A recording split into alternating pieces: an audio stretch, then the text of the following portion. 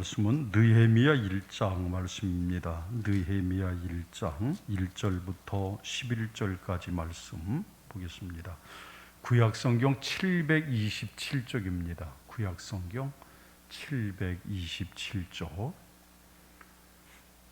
느헤미야 1장 1절부터 11절까지 말씀을 교독을 하겠습니다. 하가랴의 아들 느헤미야의 말이라. 아닥사스다 왕 제20년 키슬 6월에 내가 수산궁에 있는데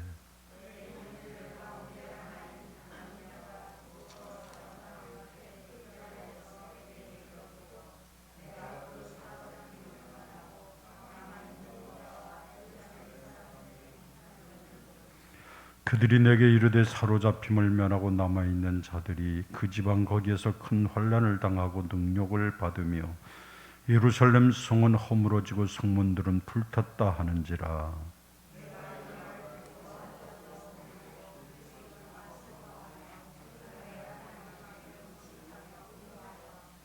이르되 하늘의 하나님 여호와 크시고 두려우신 하나님이여 주를 사랑하고 주의 계명을 지키는 자에게 언약을 지키시며 긍휼을 베푸시는 주여 간구하나이다.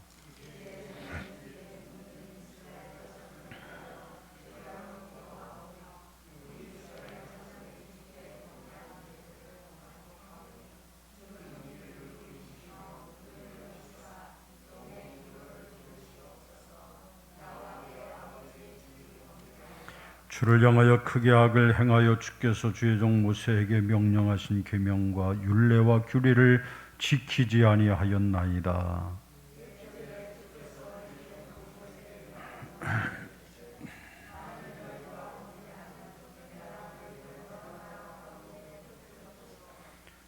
우리 만일 내게로 들어와 내 계명을 지켜 행하면 너희 쫓긴 자가 하늘 끝에 있을지라도 내가 거기서부터 그들을 모아 내 이름을 두려고 택한 곳에 돌아오게 하리라 하신 말씀을 이제 청하건대 기억하옵소서.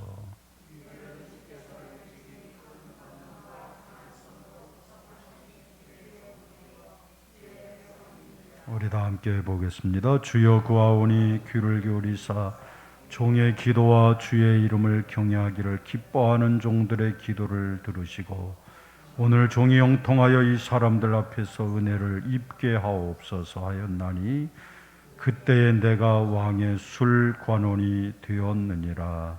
아멘. 기도하겠습니다. 하나님, 오늘 광복절 76주년을 맞이하는 뜻깊은 이 주일입니다.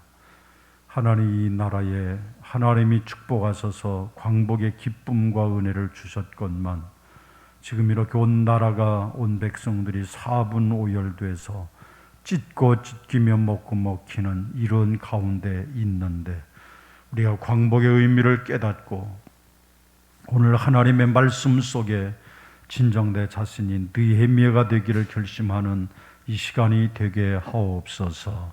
우리 안에 임하시기를 원하오며 예수님 이름으로 기도하옵나이다. 아멘.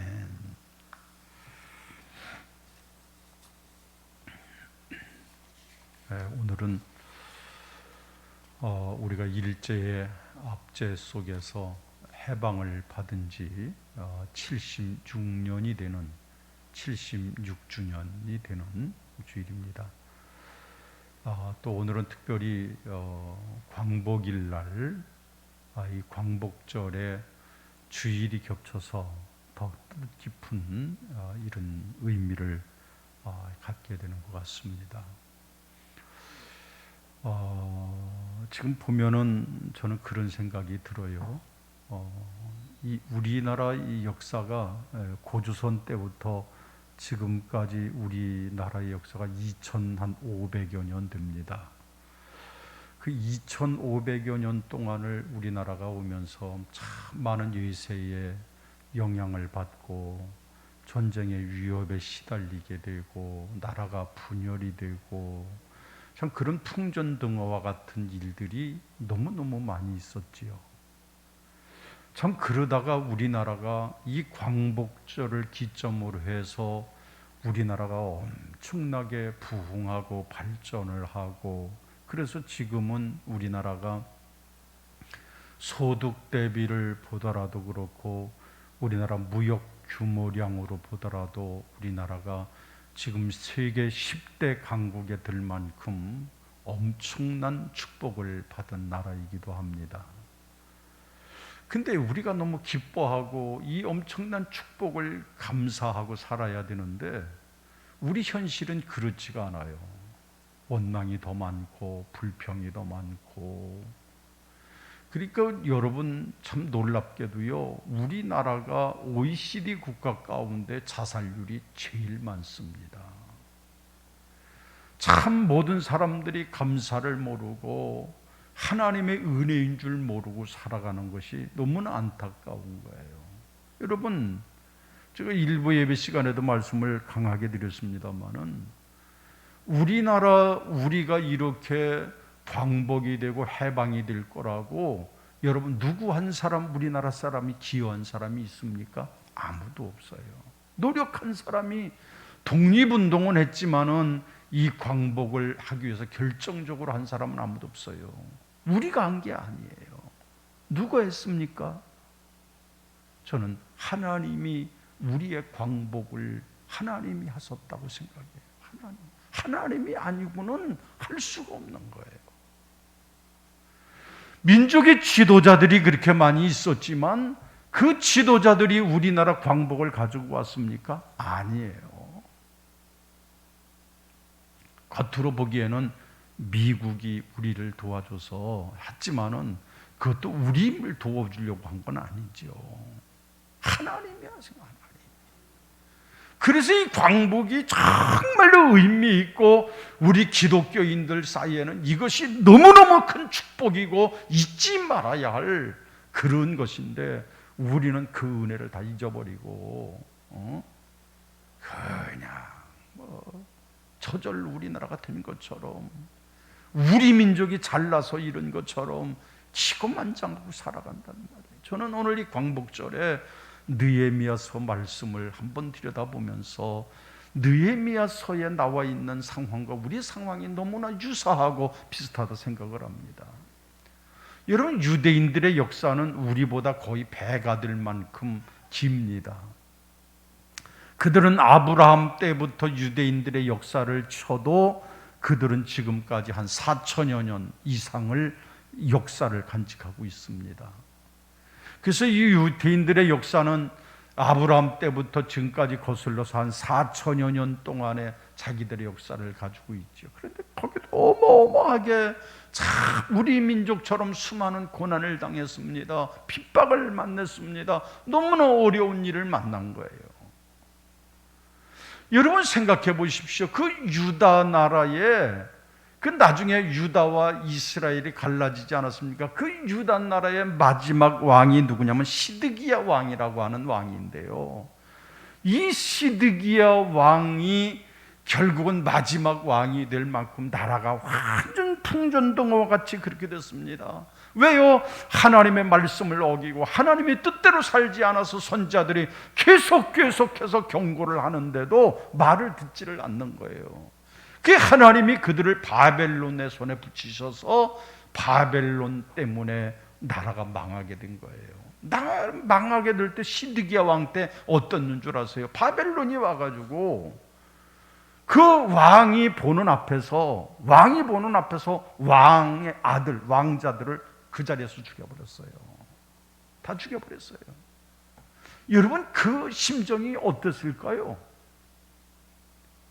내가 왕인데 나라가 이렇게 망해가는 형편에서 내 아들을 내 앞에서 목을 베고 죽일 때 여러분 그 마음이 어떻겠어요? 말도 못해요. 그것만이 아니에요.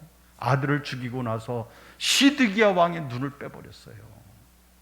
그리고서 포로로 바벨론으로 붙들어 간 거예요. 나라가 완전히 망한 거예요. 다 나라가 망해버렸어요. 여러분 보십시오. 왕이 보는 앞에서 왕의 아들들을 죽이지요. 왕의 눈을 빼버리고 그리고 바벨론으로 포로로 종으로 끌고 가지요. 나라가 이보다 더 망할 수가 어디 있겠어요. 자, 그래서 이스라엘에겐 희망이 요만큼도 남질 않은 거예요.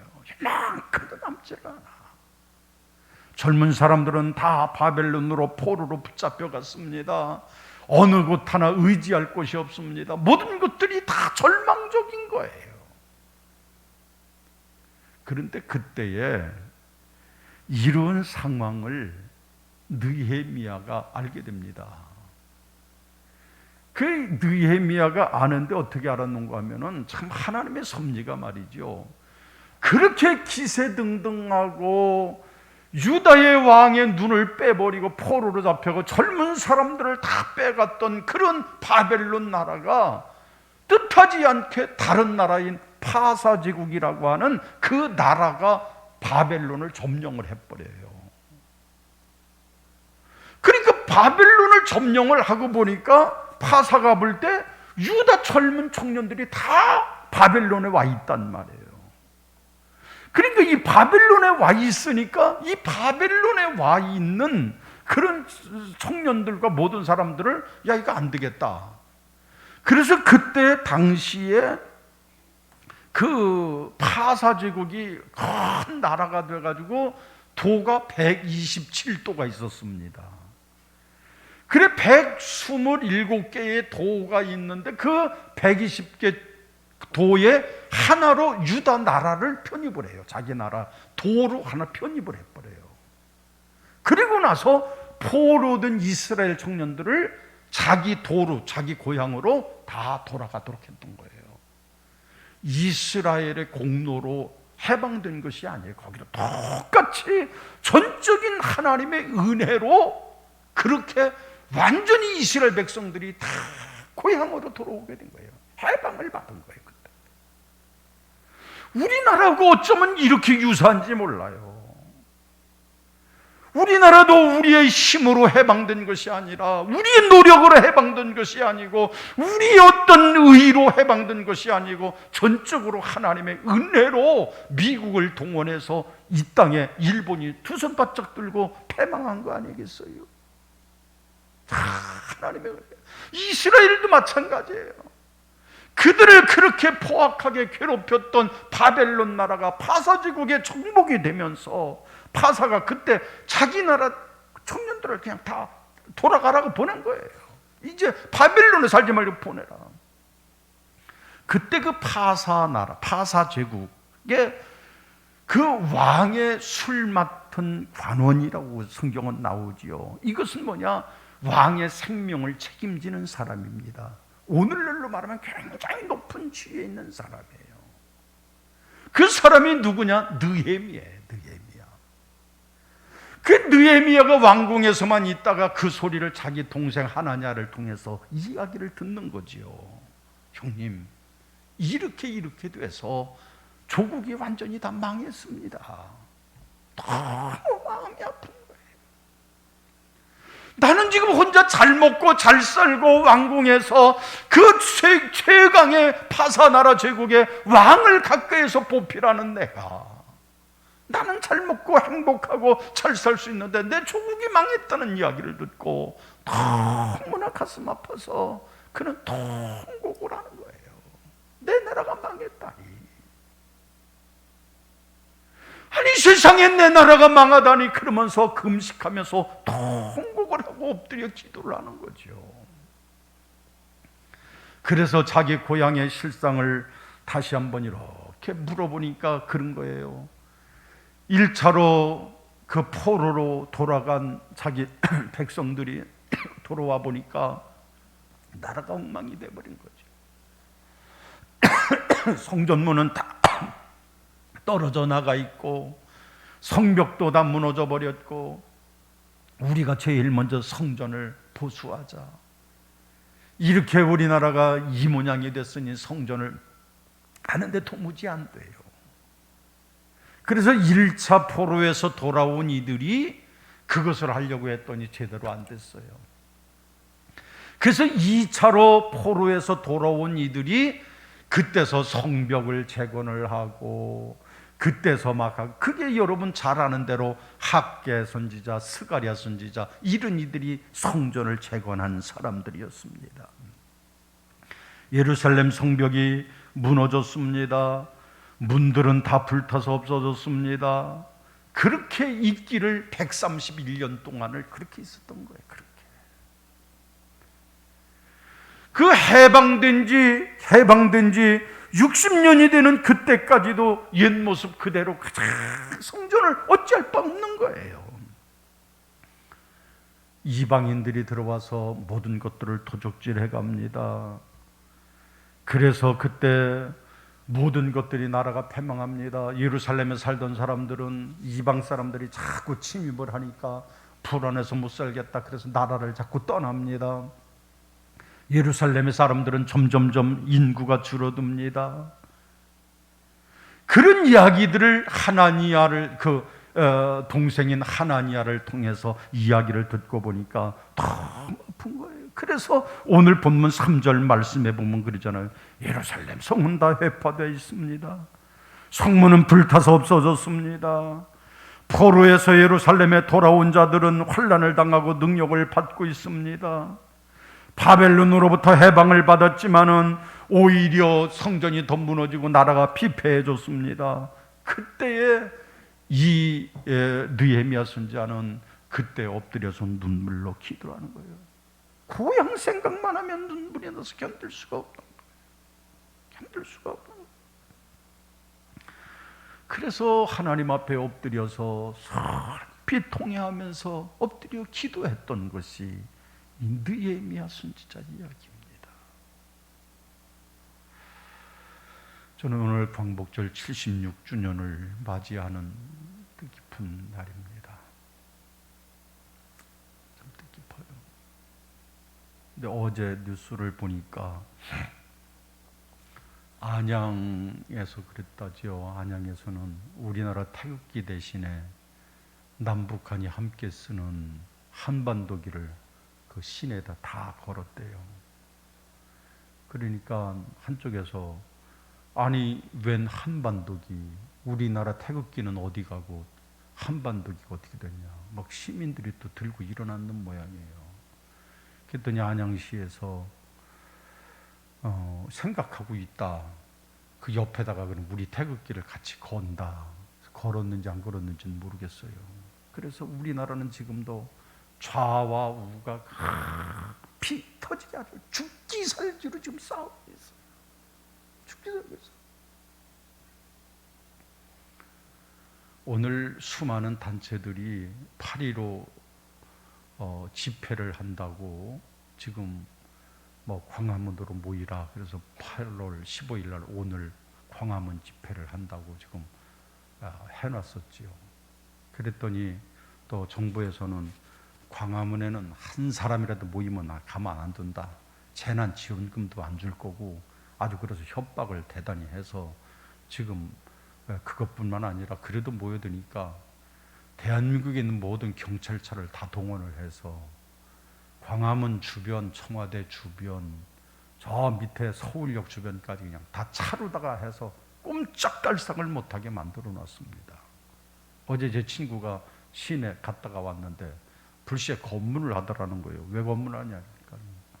거기 혹시 와서 미리 진치고 있을까봐 미리 시내에서 검문을 해서 도대체가 이게 어떻게 되는 나라가 이러냐 그러면서 막 씩씩거리면서 왔어요. 이게 좌우가 너무 첨예한 거예요. 이게 가운데 해결할 수 있는 그 완충지대가 없어요. 윷놀이 할 때처럼 모 아니면 도가 돼버린 거예요. 이 민족이 이렇게 지금 막 서로 싸우고 피투성이가 되고 이렇게 지금 있습니다. 저는 참 마음이 아프면서 그 생각이 들어요. 이 광복이 누구의 은혜인가? 이 광복이 우리 민족이 잘해서 이 광복을 얻었는가? 아니 우리 정치 지도자들이 잘해서 우리나라가 이렇게 해방을 맞이했는가? 천만에 어느 누구도 이 일에 관여한 사람이 아무도 없습니다. 그렇잖아요. 전적인 정말로 어느 날 8월 15일 그날에 정말로 그들이 손을 들고 나는 이제는 우리는 손뛵니다 그러면서 항복할 줄이야 누가 생각이 났겠냐는 말이에요. 누가? 우리는 덩달아 그냥 해방을 받고 피 하나 흘림없이 해방을 받고, 아, 이게 해방의 기쁨이구나, 이렇게 살아왔는데 이 은혜를, 하나님의 은혜를 다 잊어버린 채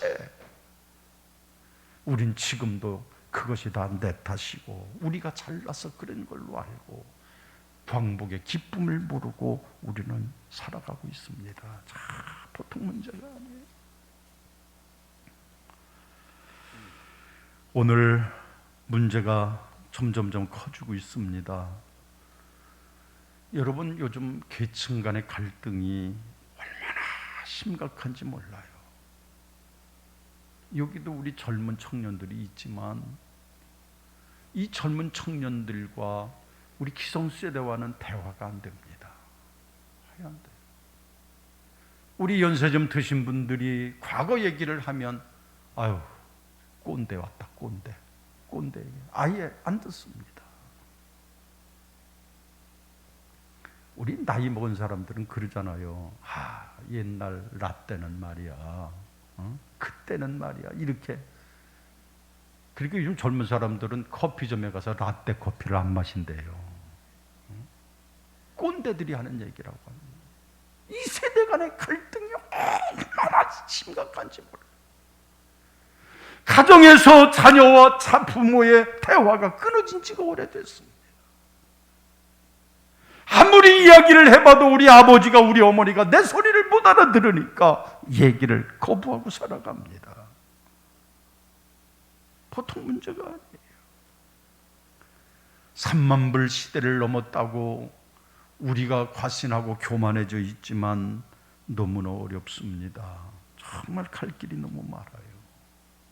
이런 빈부격차가 지금 어떻습니까? 못 사는 분들은 엊그저께 보니까요, 저 도봉구 어디에서 사는 분 얘기 들어보니까 두뇌가 연립주택에서 두뇌가 사는데 돌보는 이유 없이 살다가 이상하게 밑에 집에서 뭔가 물이 자꾸 떨어지고 냄새가 나서 신고를 해서 소방대가 문을 뜯고 들어가 보니까 두 노인이 같이 살다가 두 분이 한꺼번에 죽은 거예요. 언제 죽었는지도 모르는 거예요. 그분들이 언제 어떻게 됐는지도 아무도 모르는 거예요. 그냥 그대로 두 분이 있다가 에어컨조차 틀지 못한 채 너무 무더운 날씨 속에서 그냥 그대로 세상을, 누가 먼저 갔는지는 모르지만 그게 그렇게 된 거예요. 이게 3만 불 시대의 우리의 모습입니다. 여러분, 이게 정상적입니까? 아니잖아요. 저는 오늘 그런 생각을 해요. 정말로 우리나라가 보통 문제가 아니에요. 출산율이요, 세계 꼴찌예요. 애 안 나요. 뭐 이건 제가 말할 자격도 없어요. 저희 아이도 결혼한 지가 지금 몇 년 되는데 아이를 안 낳아요. 볼 때마다 너희는 애 안 낳냐? 낳아야지요. 그리고는 안 낳아요.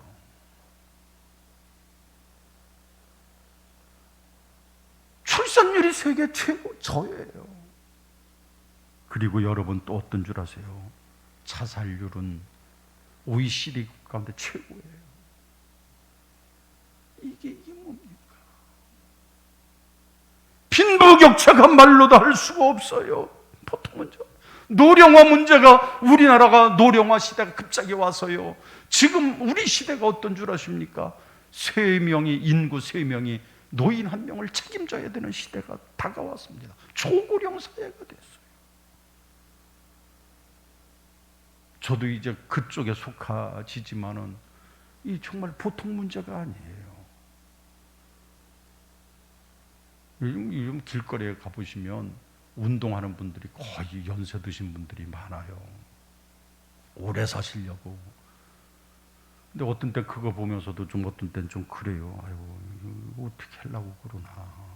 노인들이 다 120살까지 사시려고 열심히 사시니까 젊은 사람들은 그걸 볼 때 한심하다는 거예요. 아이고, 이거 어떻게 먹여 살려야 되나. 아주 근심 걱정이 많다는 거죠. 이 초고령 사회가 얼마나 사회적으로 역기능을 가져오는지는 사회학자들이 이미 연구를 다 마쳤어요. 이 보통 그냥 쉽게 생각할 문제가 아니거든요. 나는 뭐 내 평생 먹고 살 거 있으니까 그게 문제가 아닌 거예요. 이 총고령 사회가 됐다는 것은 어마어마한 문제가 되는 거예요. 여러분, 향락 사업이 도를 넘어서 우리나라가 최고로 음란한 나라로 지목된 지가 벌써 오래됐습니다. 정말로 보통 문제가 아니에요. 마치 예루살렘에 가보니까 성문은 떨어져 나가고 모든 것들이 다 피폐해져 가고 백성들은 떠나가고 모든 것들이 다 그렇게 된 것처럼 어쩌면 우리나라도 이런지. 그러니까 느헤미야 선지자는 이런 나라 조국을 바라보면서 눈물을 흘리며 울 수밖에 없었던 거예요. 슬퍼할 수밖에 없었던 거예요. 하나님께서는 정말로 이스라엘을 어디를 보아도 절망적인 거예요. 다 절망적인 거예요. 하나님은 그때 느헤미야를 불러서 느헤미야를 세우셔서 민족을 다시금 일으키게 하시는 그런 능력이 오늘 말씀이에요. 저는 지금 코로나19 코로나 때문에 우리 모두가 참 어려움을 겪고 삽니다.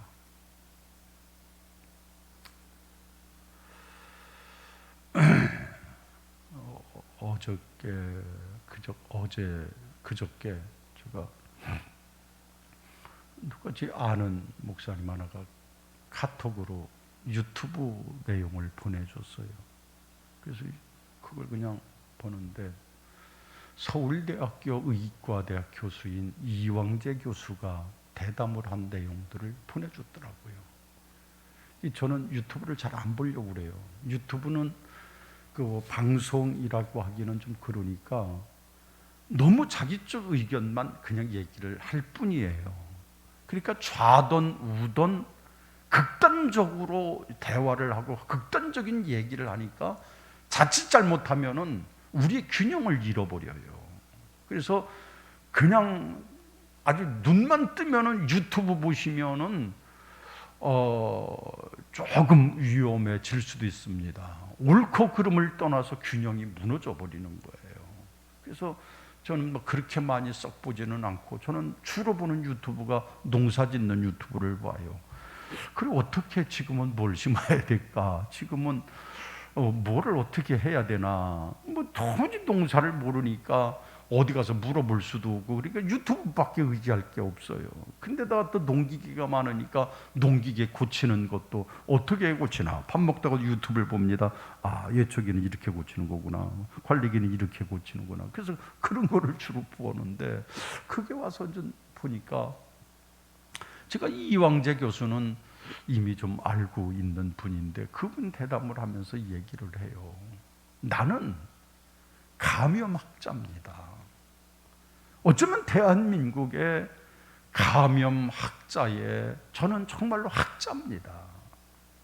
그런데 지금 대한민국에 일어나고 있는 이 감염병 코로나를 대하는 우리의 방식이 정말로 잘못됐습니다. 정말로 잘못됐다는 거예요.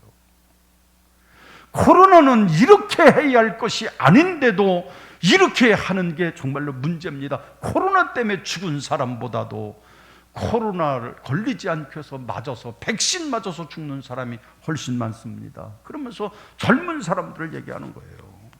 10대, 20대, 30대 코로나 백신 절대로 맞지 마십시오. 아주 그분이 강조를 해요.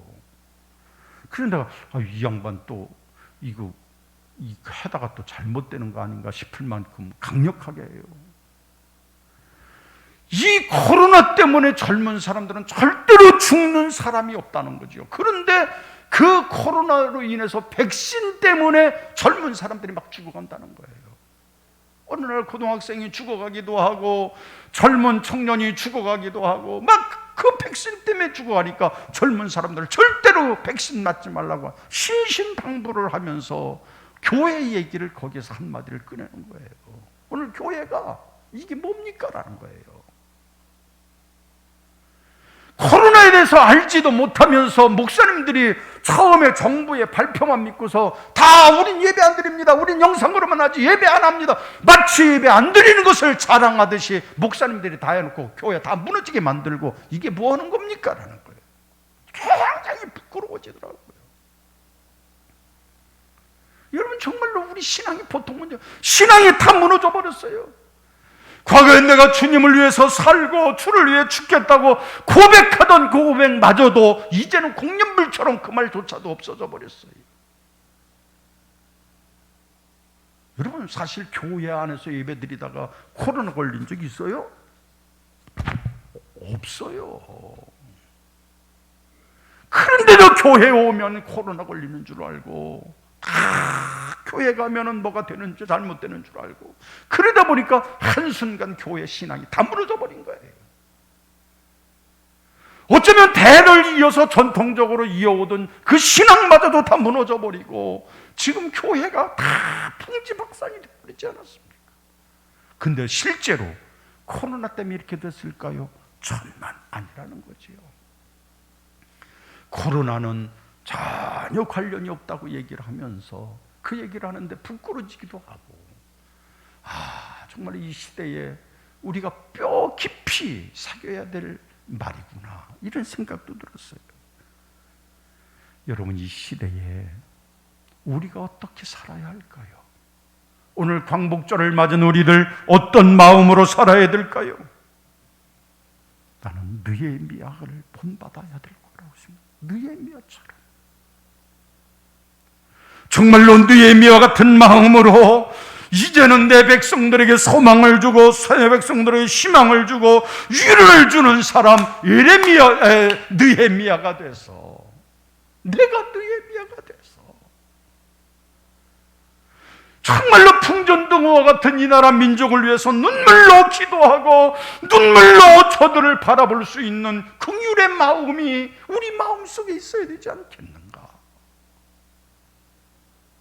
나는 우리 하늘정원교회 우리 사랑하는 성도들만이라도 내가 느헤미야가 돼서 내 고향, 내 고국 생각을 하면 눈물이 나서 눈물이 앞을 가려서 견딜 수가 없는 그 마음을 느헤미야가 가진 것처럼 우리들도 그 마음을 가지고 있어야지.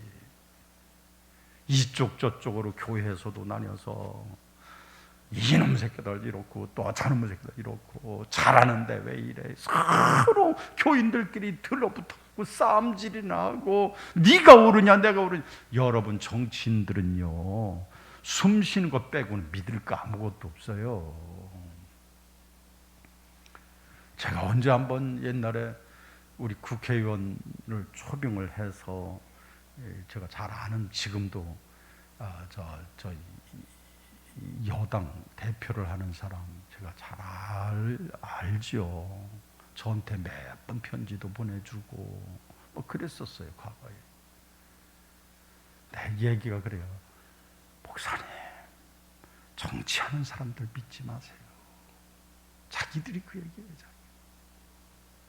자기들은 당략에 따라서 움직일 뿐이지, 정의라든지 진리라든지 뭐 백성이라든지, 여러분 솔직히 우리 그렇게 생각하는 줄 아십니까? 정말에. 근데 거기에 믿고서 그냥 올인을 하고 그냥 거기에 갖다 생명을 가고 그냥 그냥 입에 담지 못할 말을 가지고 정말에 그러면 안 돼요. 느헤미야가 돼서 주여, 오늘 이 현실을 바라보면서 여러분, 우리나라 2500년의 역사 가운데 이만한 위기를 만난 적이 난 없다고 생각을 해요. 이렇게 사분오열이 되지 않습니까? 이렇게 사분오열이 돼서 이게 될 얘기예요. 광복이 우리의 의지와 우리의 노력으로 인해서 된 거 아니지 않습니까? 전적인 하나님의 은혜요. 그런데 지금 하나님의 은혜를 얘기하면 미친놈 소리 듣잖아. 느헤미야는 제일 먼저 고국의 소식을 들으면서 그는 울면서 기도를 했습니다. 울면서 우리가 한 가지 아셔야 될 것은 이 왕의 술 맡은 관원이라고 하면 왕에게 나가는 부하들은 눈물을 흘린다든지 웃음기를 잃어버렸다든지 그러면은 왕에게 근심을 준다고 해서 그날로 처단이에요. 그날로 처단인 거예요. 옛날 그 제국시대 그랬어요. 그럼에도 불구하고 내가 처단될지언정 나는 내 민족을 위해서, 나라를 위해서 그는 금식하면서 울면서 날마다 기도한 것이, 그게 느헤미야가 한 일이에요. 자신을 위한 눈물이 아니었습니다. 가족을 위한 눈물이 아니었습니다. 나라와 민족을 위한 눈물이었던 거지요. 자신 조국의 앞날을 바라보니까 견딜 수가 없어서 얼마나 눈물을 흘렸는지. 그래서 지금도 느헤미야 선지자 그럼 눈물의 선지자 이렇게 얘기를 하잖아요. 눈물의 선지자. 저 처음에 신학교 가서 공부를 하는데 느헤미야서를 배우는데 눈물의 선지자 그래요. 뭐 아무것도 그땐 모르니까 아니 도대체가 느헤미야가 왜 이렇게 울었나 부하니까 뭐 그냥 뭐 내 사랑하는 성전을 향해서 뭐 그래서 그냥 울었나 보다 그냥 그랬어요. 느헤미야의 눈물은 보통 울음이 아니었어요. 생명과 바꿀 수 있는 그런 눈물이었던 거예요. 그래서 느헤미야 선지자를 말하면 눈물의 선지자 이렇게 얘기를 하는 거예요. 눈물의 선지자. 오늘 본문 말씀을 보면은 4절, 5절, 6절 그 쭉 해서 11절 나오는 말씀을 보면 느헤미야는 기도했다는 말이 1장에만 7번이나 나와요. 7번. 기도했다는 말이, 기도하는 일이 가장 중요한 거예요. 기도하는 백성은 망하지 않습니다. 기도하는 여인의 기도는 자녀를 망하게 하지 않습니다. 기도가, 눈물 어린 기도가 얼마나 소중한지 몰라요. 기도밖에 없어요. 영국의 그 여왕인 메리 여왕이 있죠. 이 메리, 지금의 그 여왕의 그 어머니가 메리 여왕이죠. 그 메리 여왕이 그런 얘기를 합니다. 저 스코틀랜드와 전쟁을 치르면서 나는 스코틀랜드의 1만 명의 군대보다 더 무서운 거는 그 나라에 있는 존 낙스라고 하는 목사님의 기도가 더 무섭다고 그랬어요. 내가 전쟁을 하면서 가장 무서운 거는 저 존 낙스가 엎드려 기도하는 것 때문에 나는 스코틀랜드 나는 전쟁을 못하겠다고 얘기합니다. 기도가 그렇게 무서운 거예요. 오늘 우리 나라를 위해서 이제는 우리는 기도해야 합니다. 그저 눈물을 흘려 기도할 수 있어야 돼요. 정말로 민족을 향해서 우리는 기도할 수 있어야 하는 겁니다. 오늘 우리는 정말로 이 어려운 난국 속에 가장 중요한 것은 우리의 기도가 절대 필요한 것임을 기억하소서. 언제나 기도하고 언제나 말씀대로 살기를 힘쓰는 우리 모두가 다 되시기를 예수 이름으로 축원합니다. 그 다음에 한 가지 마지막은 느헤미야는 내가 민족의 양심이 되리라 결심을 했어요. 양심이 민족의 양심이 되리라는 거지요.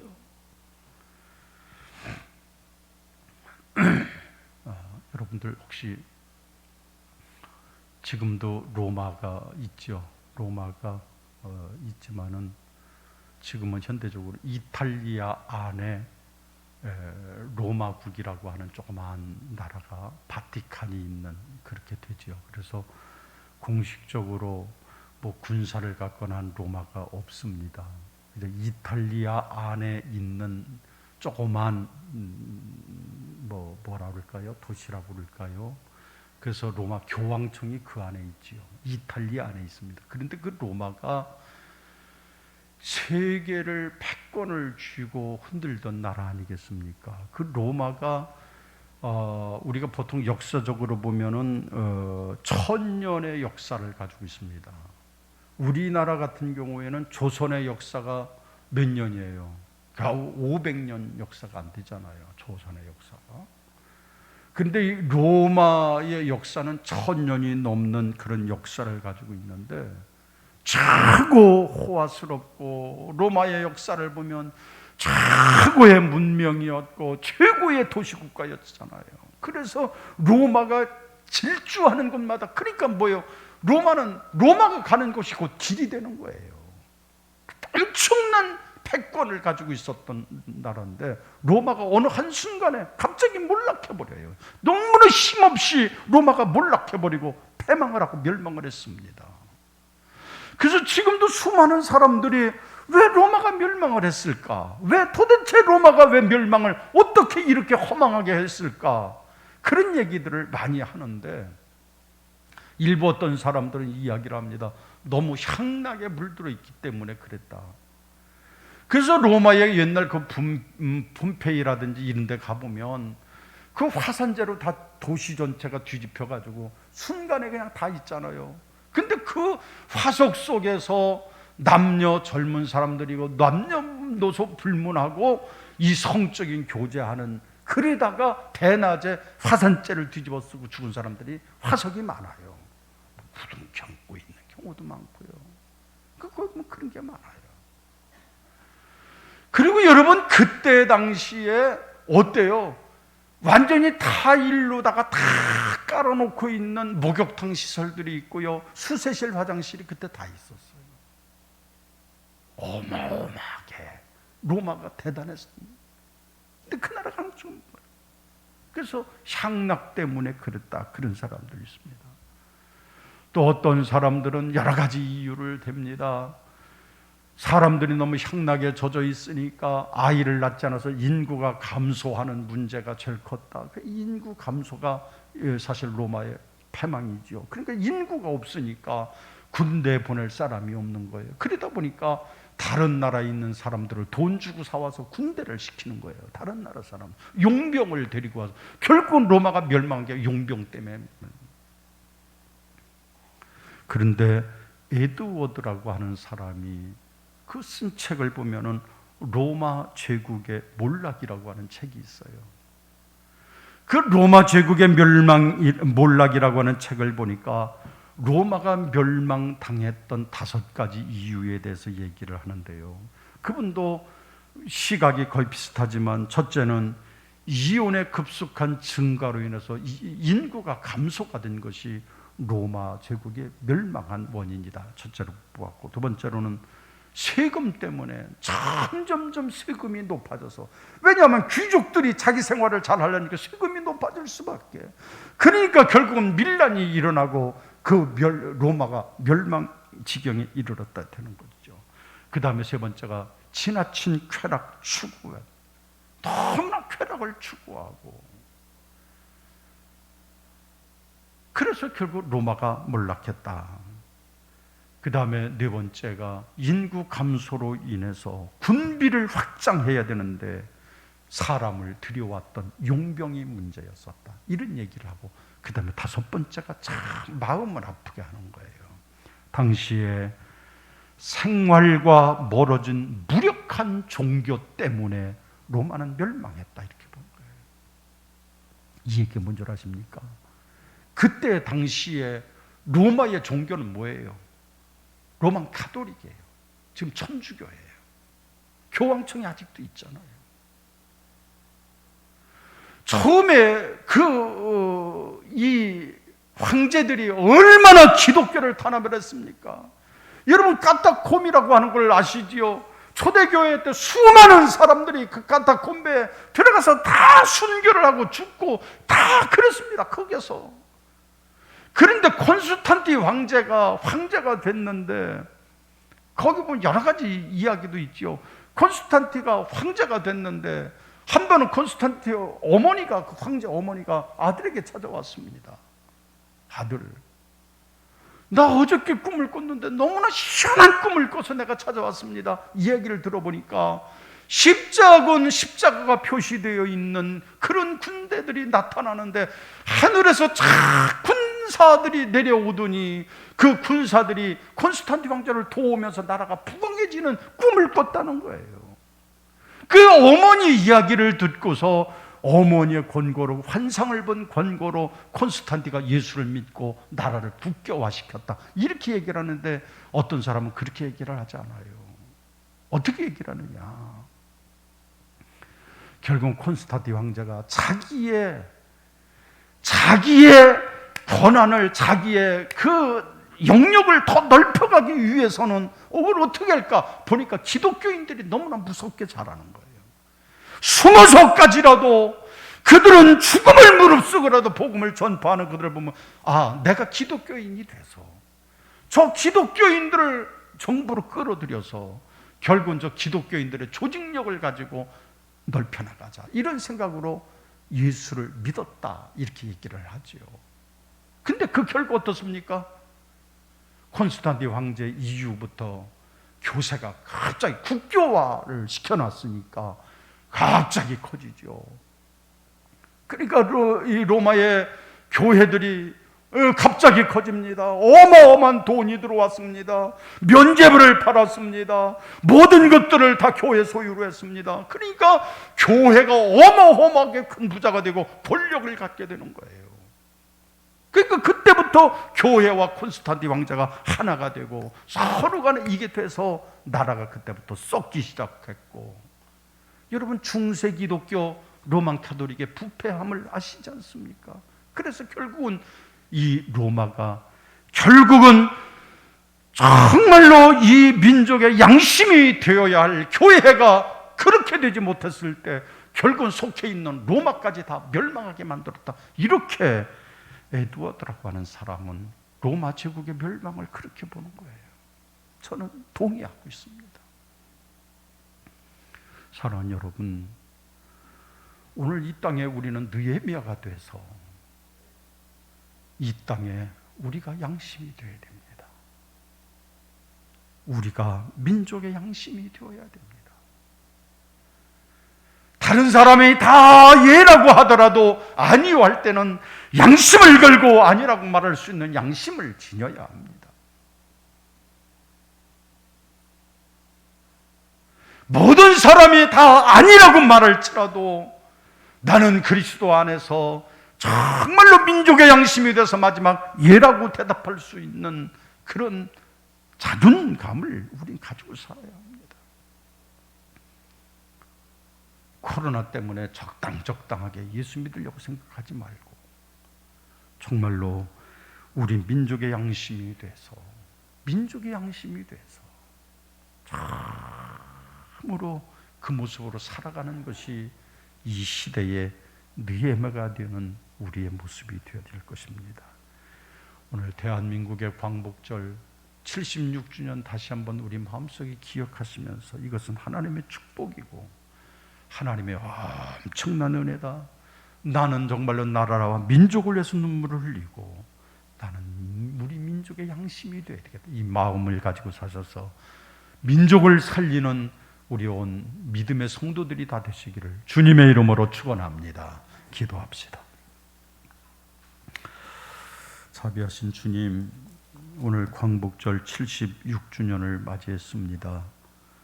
하나님, 우리가 이 광복절에 정말로 하나님의 은혜가 아니면 우리에게 도무지 일어날 수 없는 일임을 고백하며 모든 감사를 하나님께 드리는 우리들 되게 하여 주시옵소서. 하나님 아버지, 정말로 우리는 너무나 연약합니다. 사분오열도 있습니다. 나라가 엉망입니다. 내 편 가릴 것 없이 서로 죽이고 약탈하는 이런 상황 속에 있습니다. 하나님, 우리 민족을 불쌍히 여기셔서 정말로 느헤미야 선지자가 그토록 눈물을 흘리며 기도했던 것처럼 우리들도 기도하며 민족의 양심으로 남는 우리들 다 되게 하여 주옵소서. 예수님 이름으로 기도하옵나이다. 아멘.